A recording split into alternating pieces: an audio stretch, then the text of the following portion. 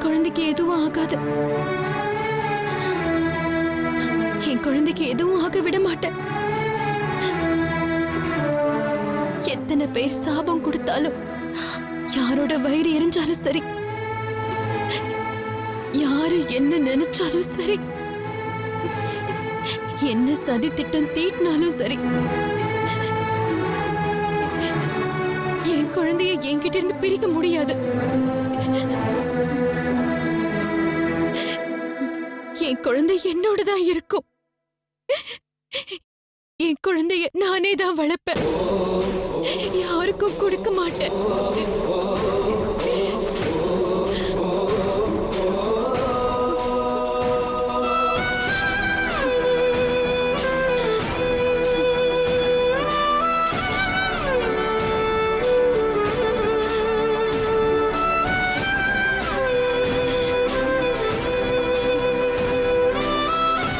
குழந்தைக்கு ஒரு கெடுதல்னா நான் கொலை செய்யவும் அஞ்ச மாட்டேன். யாரையும் என் குழந்தைகிட்ட நெருங்க விட மாட்டேன்.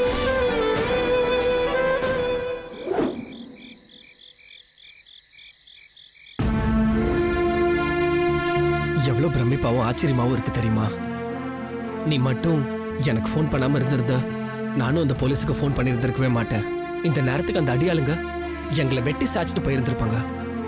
நல்ல வேலை காயத்ரி, யாருக்கும் ஆண்டவன் புண்ணியத்துல எதுவும் ஆகல. கேக்குறதுக்கே ரொம்ப நிம்மதியாவும் சந்தோஷமாவும் இருக்கு. ஆனா எனக்கு மட்டும் எவ்வளவு பயமா இருக்கு தெரியுமா?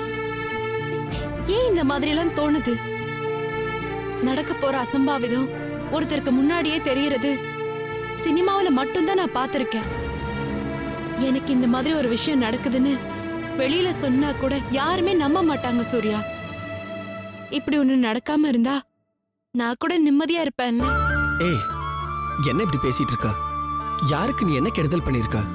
எல்லாருக்கும் நீ நல்லது தானே பண்ணிட்டு இருக்க. அன்னைக்கு கூட நீ சுரேஷ ஃப்ளைட்ல போக வேணாம்னு சொன்ன. கடைசியில அவர் உசுர அவர் காப்பாத்திக்கிட்டாருல. ஆனா 84 உயிர் போயிடுச்சே. காயத்ரி, உனக்கு கிடைச்சிருக்கிற பவரை வச்சுக்கிட்டு நீ எல்லாரையும் காப்பாத்தணும்னு நினைச்சா தட் இஸ் பிராக்டிகலி இம்பாசிபிள். ஆண்டவன் புண்ணியத்துல உனக்கு இந்த பவர் கிடைச்சிருக்கு. நம்மளால முடிஞ்சது நம்ம சொந்தக்காரங்க, நம்ம ஃப்ரெண்ட்ஸுக்கு மட்டும் ஹெல்ப் பண்ணுவோம். இதை நீ பெருசா எடுத்துட்டு போகணும்னு நினைச்சா முடியாதுமா. ஐயோ, நான் எதுவும் பிளான் பண்ணவே இல்லை சூர்யா. ஆனா எனக்கு இப்படி ஒரு சக்தி வேண்டாம் தான் தோணுது. உண்மையிலேயே ரொம்ப பயமா இருக்கு சூர்யா.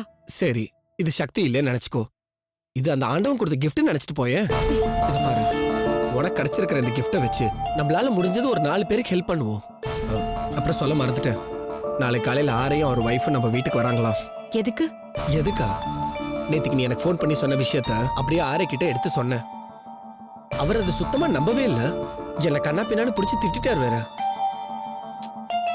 கடைசியில எப்ப அந்த அடியாளுங்க அருவாளும் கத்தியமா வந்தாங்களோ, நாங்க ஒரு ஓட்டம் ஓட ஆரம்பிச்சோம் பாரு. அப்ப பாக்கணுமே அவர் மூஞ்சில வந்ததே ஒரு பயம். ஐயோ, பார்க்கவே கொடூரமா இருந்துச்சு. அதெல்லாம் சரிங்க. அவர் எதுக்கு இங்க வரணும்? அவர் ஏன் என்ன பார்க்கணும்? வீட்ல மத்தவங்களுக்கெல்லாம் இந்த விஷயம் தெரிஞ்சதுன்னா தேவையில்லாத பிரச்சனை வரும் சூர்யா. நீ சும்மா மனசு போட்டு குழப்பிக்காத. யாருக்கும் எந்த பிரச்சனையும் வராது. நாளைக்கு 6 ஒரு வைஃபும் வீட்டுக்கு வராங்க. நீ ரெடியாரு என்ன? எதுக்கு ஆண்டவன் நகருக்கு போனீங்க?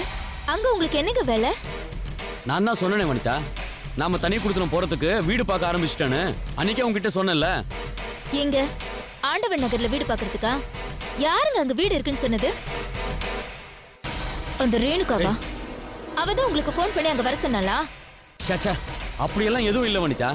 ரேணுகா அங்க இருக்கிறான்ற விஷயமே எனக்கு தெரியாது. புரோக்கர் ஒருத்தங்கிட்ட வீடு பார்க்க சொல்லி வச்சிருந்தேன். அவன் தான் சொன்னா ஆண்டவன் நகர் பக்கம் வாங்க, அங்க இருந்து கூட்டிட்டு போறேன்னு சொன்னான். போய் பார்த்தா ரேணுகா வீடு அங்கதான் இருக்கு. அதுக்கு நான் என்ன பண்ண முடியும்? நீங்க ஒண்ணுமே பண்ண வேண்டாம். உங்களை அந்த இடத்துக்கு வர சொன்னது புரோக்கர் தானா? அவனோட போய் வீடு பார்க்க வேண்டியதானே? நீங்க எதுக்குங்க அவளோட பேசி சிரிச்சுக்கிட்டு ரோட்ல நடந்து போயிட்டு இருக்கீங்க? இதோ பாரு, நீ பேசுறதெல்லாம் சரியில்லை. தெரிஞ்ச ஒருத்தவங்கள வழியில பார்க்கும்போது சிரிக்காம பேசாம எப்படி இருக்க முடியும்? நான் போற இடத்துக்கெல்லாம் என் பின்னாடி ஆள் அனுப்பி வேவு பார்க்கறதா உன் வேலையா? இந்த மாதிரி எல்லாம் பேசாதீங்க. நான் எதுக்குங்க உங்களை வேவு பார்க்க போறேன்? நம்ம வீட்டுக்கு பேப்பர் போடுறான்ல, அந்த பையன் தான் சொன்னான். நீங்க ரோட்ல நடந்து சிரிச்சிட்டு போயிட்டு இருந்தத. அதுக்கப்புறம் தான் தெரிஞ்சது அது ரேணுகான்னு. லுக் வனிதா, நான் ரேணுகாவை அங்க பார்த்தது உண்மைதான். அதுவும் தற்செயல தான் பார்த்தேன். பார்த்ததுனால தான் பேசினேன். அவ்வளவுதானே தவிர இப்படி நிக்க வச்சு விசாரிக்கிற அளவுக்கு அது ஒரு முக்கியமான விஷயமா எனக்கு தெரியல. எனக்கு பிடிக்கலங்க. நீங்க அவளோட பேசுறது எனக்கு சுத்தமா பிடிக்கல. இத நான் அன்னைக்கே உங்ககிட்ட சொல்லிட்டேன். நான் சொன்னதுக்காகவே அவ கூட உட்காந்து நீங்க கேரம் போர்டு விளையாடுறீங்க. அவளோட நீங்க எதுக்காக அங்க விளையாடணும்? அவளோட நீங்க எதுக்காக பேசணும்? அவளுக்கும் நமக்கும் என்ன சம்பந்தம்னு கேக்குறேன். எனக்கு அவளை பிடிக்காது. அவ வீட்டுக்காரோட சேர்ந்து நீங்க பிசினஸ் பண்றது எனக்கு பிடிக்கலன்னு அன்னைக்கே சொன்னல. அப்படி இருக்கிறப்போ ஆண்டவன் நகருக்கு தற்செயலா போனேன். அங்க வழியில ரேணுகாவை பார்த்தேன்னு சொன்னா என்னங்க அர்த்தம்? அதையும் நான் கேட்டதுக்கு அப்புறம் தான் சொன்னீங்களே தவிர நீங்களா ஒண்ணு சொல்லலையே. அரஞ்சனா என்ன விட்டா நீ பாடி பேசிட்டே போற? அப்படி என்னடி நான் பெருசா தப்பு பண்ணிட்டேன்? முன்ன பின்ன தெரியாதவங்களா இருந்தா பரவாயில்ல. நம்ம ஃபேமிலிக்கு நல்லா தெரிஞ்சவங்க. என் பிசினஸ் பார்ட்னருடைய வைஃப தற்செயல தான் மீட் பண்ணேன்னு சொல்ற. அவங்களோட பேசிட்டு போனதுல உனக்கு என்னடி இருக்கு? இதோ பார், குத்தம் கண்டுபிடிக்கணும்னு முடிவு பண்ணிட்ட. எதை வேணாலும் தப்பு சொல்லலாம், யார வேணாலும் குத்தம் சொல்லலாம். ஆனா நீ நினைக்கிற மாதிரி ஆமான்னு தலையை சுரஞ்சிட்டு நிக்கிறாள் நான் கிடையாதுரி. என்ன புரிஞ்சுதா? மாப்ள வனிதா, விடுங்க மாப்ள. அவ ஏதோ பைத்தியக்காரத்தனமா பேசிட்டு இருக்கா. ஏமா, அந்த சுரேஷ் மாப்பிளையோட பிசினஸ் பார்ட்னர். அவர் வைஃப ரோட்ல பார்த்தா ஒரு 4 வார்த்தை பேசுறதுல என்னமா தப்பு? அதெல்லாம் உங்களுக்கு தெரியாதுப்பா. நீங்க கொஞ்சம் சும்மா இருங்க. இவரு ரேணுகா கிட்ட சிரிச்சு சிரிச்சு பேசுறது எனக்கு சுத்தமா பிடிக்கலப்பா. சிரிச்சு பேசுற மாதிரி நீ நடந்துக்கீங்க. உன்னால முடியுதா? வந்ததுல இருந்து என்ன வெறுப்பேத்துற மாதிரி நீ நடந்துக்கிற. அத நீ மறந்துடாத. இப்படியே தொடர்ந்து நீ பண்ணிக்கிட்டு இருந்தேன்னு வெயி, உன்னை வெறுப்பேத்துறதுக்காகவே பாக்குறவங்க எல்லார்கிட்டயும் சிரிச்சு பேச தோணும். புரிஞ்சுதா? ஐயோ அப்படி சிரிச்சு பேச தோணுமா? மாப்பிள, என்ன மாப்பிள நீங்க இப்படி எல்லாம் பேசிட்டு இருக்கீங்க? நான் இவளை கண்டிச்சு வைக்கிறேன். ஏய், நீ வாடி இவள, வா போ.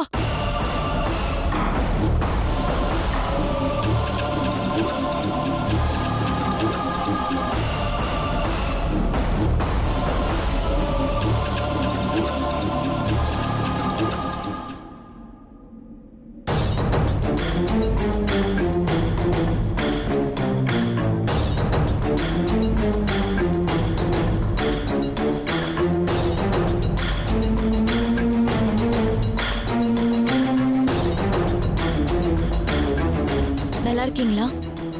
அத்தை நல்லா இருக்காங்களா? வனிதா நீ எப்படி இருக்காங்க?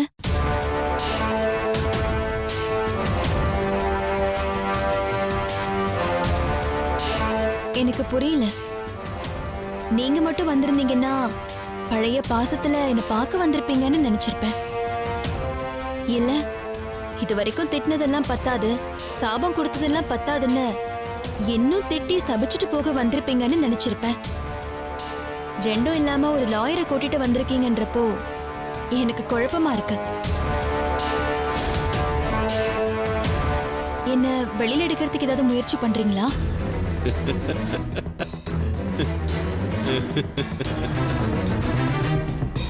எதுக்கு சிரிக்கிறீங்க? அறிவு இருக்கா உனக்கு? உனக்கு வெளியில வரணும் வேற ஆசை இருக்கா? இந்த ஜென்மத்தில் அது நடக்காது.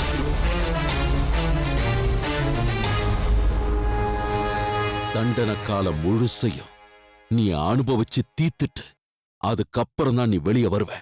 புரியுதா?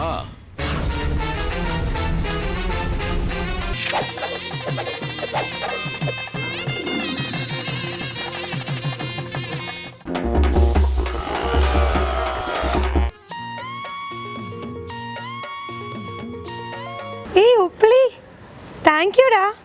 அது குட்டி போட்டா எனக்கு ஒன்று தரியா? நாங்கள் பண்ணுறது ஆபாசாக்கு சமர்ப்பணம். ஆபாசானா? அல்ஜிப்ராவால் பாதிக்கப்பட்ட ஒரு சங்கம்.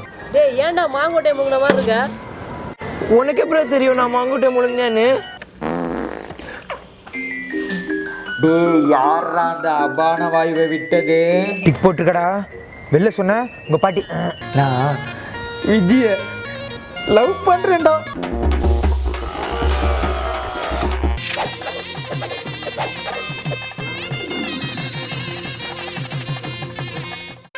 பாத்தீங்களா, நீங்க தெளிவா தான் இருக்கீங்க.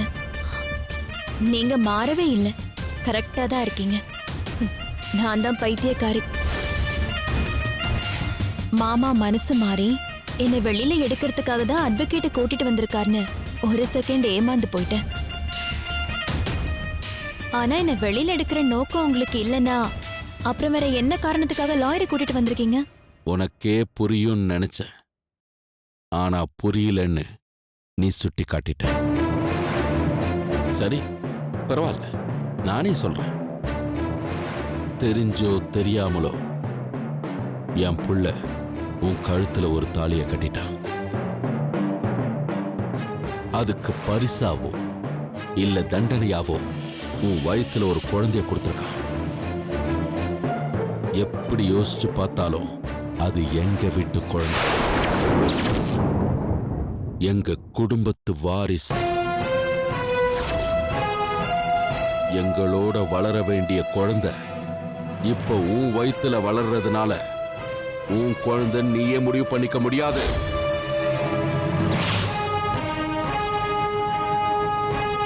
நான் சொல்றது உனக்கு புரியுதா? ஒண்ணு, நீயே மரியாதையா புள்ளைய பத்தி எங்க கிட்ட ஒப்படைக்கணும்.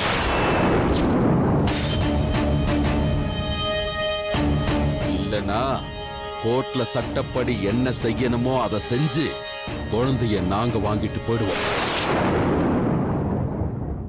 இவர் அட்வொகேட் தீனதயாளன். சட்டப்பூர்வமா எதை செஞ்சா உனக்கு பிறக்க போற குழந்தை எங்க கைக்கு வந்து சேருமோ அதை செய்யறதுக்கு எல்லா ஏற்பாடையும் பண்ணினவர்.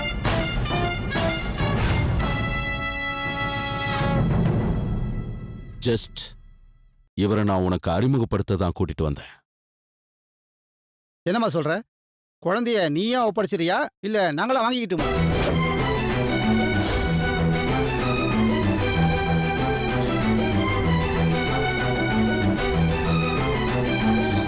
ஏய், இப்ப எதுக்கு அழற? இதுக்கெல்லாம் மசீரவன் நான் கிடையாது. எனக்கு வேண்டியதெல்லாம் ஒரே ஒரு பதில். ஒண்ணு, சம்மதம்னு சொல்லி குழந்தைய பெத்து கொடுத்துரு. இல்ல முடியாதுன்னு சொல்லு. எப்படி அதை அடையணுமோ அப்படி நான் பார்த்துக்கிறேன்.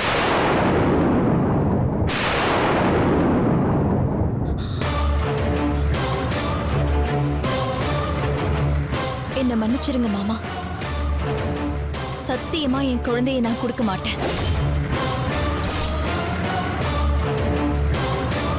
இதுதான் என்னோட முடிவு. நானாவும் கொடுக்க மாட்டேன், நீங்களாவும் என் குழந்தையை எடுத்துட்டு போறதுக்கு அலோவ் பண்ண மாட்டேன். நீங்க சட்டப்படி நடவடிக்கை எடுக்கிறீங்களா இல்ல சட்ட விரோதமா நடவடிக்கை எடுக்கிறீங்களான்னு அத பத்திலாம் எனக்கு கவலை கிடையாது. என் குழந்தைங்கிறது என்னோட உரிமை. ஏன் விருப்பம் இல்லாம என் குழந்தைய என்கிட்ட இருந்து ஒரு இன்ச் கூட பிரிச்செடுத்து நீங்க தூக்கிட்டு போக முடியாது.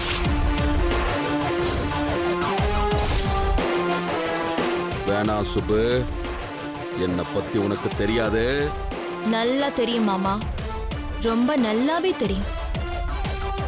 உங்களை பத்தியும் தெரியும், உங்க புள்ளைய பத்தியும் தெரியும். இந்த குழந்தைய வச்சு நீங்க ஆட நினைக்கிற ஆட்டமும் எனக்கு தெரியும். ஆனா என்ன பத்தி உங்களுக்கு தெரிஞ்சதெல்லாம் ஒண்ணுமே இல்ல மாமா. நான் ஒண்ணும் உங்களை மிரட்டல, கோவப்படவும் இல்ல. அன்பா நிதானமா தான் பேசுறேன். தயவு செஞ்சு புரிஞ்சுக்கோங்க. ஒரு தாய்க்கும் அவளுக்கு பிறக்க போற குழந்தைக்குமான பாசங்கிறது வார்த்தையால வர்ணிக்க முடியாத ஒரு விஷயம்.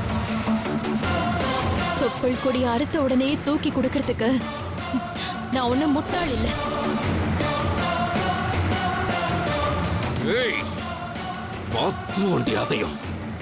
நல்லா பாருங்க மாமா, நான் அதை பத்தி எல்லாம் கவலைப்படவே மாட்டேன்.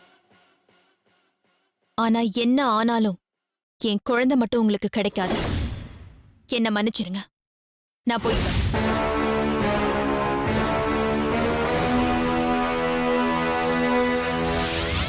வாங்க சார், வாங்க. எப்படி சார் இருக்கீங்க? நல்லா இருக்கேன். வாங்கம்மா, உட்காருங்க.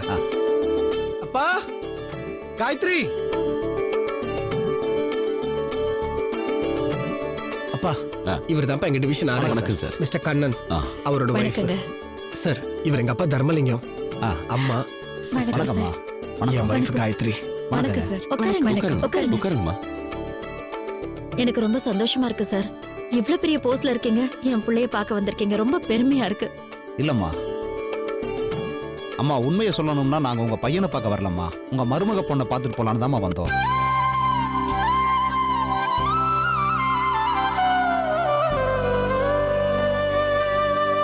இது வரைக்கும் யாருக்கும் எங்க வீட்ல இந்த விஷயம் தெரியாது சார். நான் யார்கிட்டயும் சொல்லல. டேய் சூர்யா, என்னாச்சு? ஒன்றும் இல்லப்பா, நேற்று ஒரு சின்ன பிரச்சனை ஆயிப்போச்சு. நானும் ஆர்ஐ சார் மற்ற 2 எம்ப்ளாயீஸ் கற்காக்குறிச்சி பக்கத்துல பாலத்துல மணல் கடத்துறவங்கள பிடிக்கலான்னு வெயிட் பண்ணிட்டு இருந்தோம்.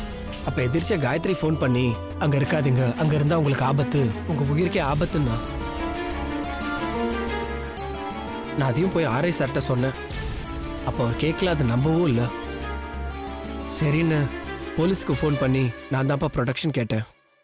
காயத்ரி சொன்ன மாதிரி ஆளுங்க அருவாளும் கத்தியுமா எங்களை வெட்ட வந்துட்டாங்கப்பா. ஐயோ, என்னப்பா என்னென்னமோ சொல்ற? கவர்மெண்ட் ஆபீஸ்ல வேலை பார்க்கற நிம்மதியா இருக்கும்னு நினைச்சனே, அப்படிலாம் இல்லையா? பயப்படாதீங்கம்மா. எந்த தொழிலா இருந்தாலும் சரி, எந்த ஆபீஸ்ல வேலை பார்த்தாலும் சரி, அந்தந்த துறைக்குன்னு சில கஷ்டங்கள் இருக்கத்தாமா செய்யும். ஆனா ஆண்டவன் புண்ணியத்துல தப்பா எதுவும் நடக்கல பாத்தீங்களா? உங்க மருமகளுக்கு இந்த மாதிரி நடக்க போற விஷயங்கள் முன்கூட்டியே சொல்ற வழக்கம் இருக்குன்னு சூர்யா சொல்றப்ப நான் நம்பவே இல்லை. ஆனா எனக்கே அனுபவம் நேர்ந்தப்பதான் இதுல நம்பிக்கையே வந்துச்சு. காயத்ரி, என்னம்மா இதெல்லாம்? எனக்கு ஒண்ணுமே புரியலையே. அது ஏமா கேக்குற? அன்னைக்கு ஒரு நாள் கூட இப்படிதான் ரேணுகாவும் சுரேஷும் நம்ம வீட்டுக்கு வந்திருந்தாங்கல்ல. சுரேஷ் கூட பெங்களூருக்கு போகணும், 11 மணிக்கு ஃபிளைட்னு சொல்லிட்டு இருந்தாரே. இவ வம்படியா ஃபிளைட்ல போக வேண்டாம், பஸ்ல போங்க இல்ல கார்ல போங்கன்னு சொல்லி கார்லயே அனுப்பி வச்சா. ஞாபகம் இருக்கா? அவர் போய் ஒரு 1/2 hour கூட ஆயிருக்காதுமா. சென்னையில இருந்து பெங்களூருக்கு போற ஃபிளைட் ஆக்சிடென்ட் ஆயிடுச்சுன்னு உடனே கால் பண்ணாரே. நம்ம டிவி நியூஸ்ல எல்லாம் கூட பார்த்தோமே, 84 பேர் கூட இறந்துட்டாங்களே. ஐயோ, பாத்தீங்களா? நம்மளால நம்ப முடியலனாலும் சில விஷயங்கள் உலகத்துல இருக்கதா செய்யுது. ஆண்டவன் சில பேருக்கு இந்த மாதிரி ஏதாவது சக்திகளை கொடுத்துட்டு தான் இருக்கான். அவங்க சொன்னது நடக்குது இல்ல. உண்மைதான் லலிதா. அப்புறம் பொதுவா இந்த மாதிரி விஷயங்கள்ல இதுவரைக்கும் எனக்கு நம்பிக்கை இருந்ததில்ல. கோயில்ல சில பேரு சாமி அடி குறி சொல்லுவாங்க. அதெல்லாம் கூட ஏதோ சைக்காலஜிக்கல் ப்ராப்ளம்னு தான் இவ்வளவு நாளா நினைச்சுக்கிட்டு இருந்தேன். ஆனா என் கழுத்துக்கு கத்தி வரும்னு சூர்யா சொன்னப்போ நான் முதல்ல நம்பலைனாலும் அச்சு பிசகாம அதே மாதிரி நடந்துச்சு பாரு. அதுக்கப்புறமா தான் நான் காயத்ரியோட சக்தியவே புரிஞ்சுக்கிட்டேன். காயத்ரி, உனக்கு எப்படி நன்றி சொல்றதுன்னே தெரியலம்மா. நீ என் தாலியை காப்பாத்தி கொடுத்திருக்க. சாகர வரைக்கும் நான் உனக்கு கடன் பட்டிருக்கேம்மா.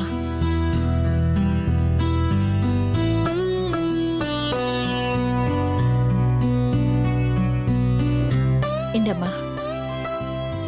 தப்பா நினைச்சுக்காதீங்கம்மா. சக்தி அது இதுன்னு நீங்க பெருசுப்படுத்துறத பார்த்தா எனக்கு ரொம்ப பயமா இருக்கு. உண்மையிலே அந்த மாதிரிலாம் எதுவுமே இல்ல. எப்பவாவது சில சமயம் மனசுல ஏதாவது தோணும். தற்செயலா 1-2 தடவை அதே மாதிரி நடந்துருச்சு. சொல்லப்போனா நேத்து நைட்டு கூட நான் சூர்யா கிட்ட இததான் சொல்லிட்டு இருந்தேன். எனக்கு எதுக்கு இப்படி எல்லாம் நடக்கணும்? எனக்கே பயமா இருக்கு. இதெல்லாம் வேண்டான்னு தோணுது. வேணாம்னு நாம நினைக்கிற விஷயமாமா இதெல்லாம்? வேணும்னு நீ கேட்ட ஆண்டவன் இதெல்லாம் உனக்கு கொடுத்துருக்கான். சில பேரை தேர்ந்தெடுத்து சில சக்தியை கொடுக்கறான்னா காரணம் இல்லாம இருக்காதுமா. தெரியலங்க, இது கடவுள் அருளா இல்ல வேற என்ன காரணம்? எதனால எனக்கு இப்படின்னு எனக்கு எதுவுமே புரியல. உண்மையை சொல்லணும்னா கொஞ்ச நாளைக்கு முன்னாடி நான் சித்தம் கலங்கி போய் இருந்தேன்.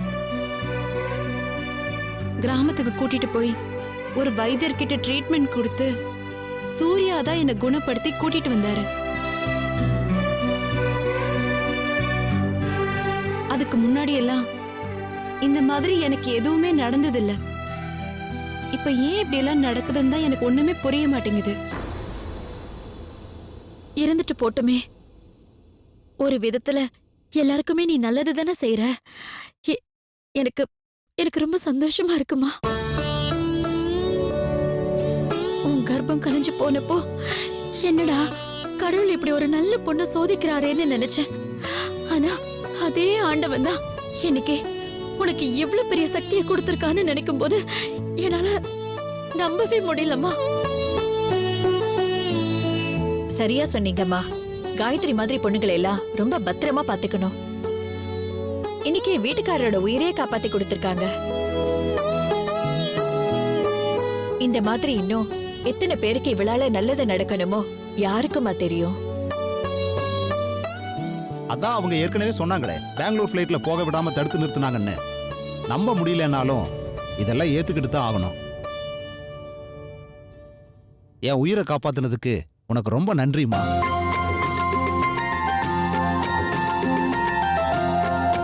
என் தாலியை காப்பாத்தி கொடுத்திருக்க. கால காலத்துக்கும் நீதாமா என் கடவுள்.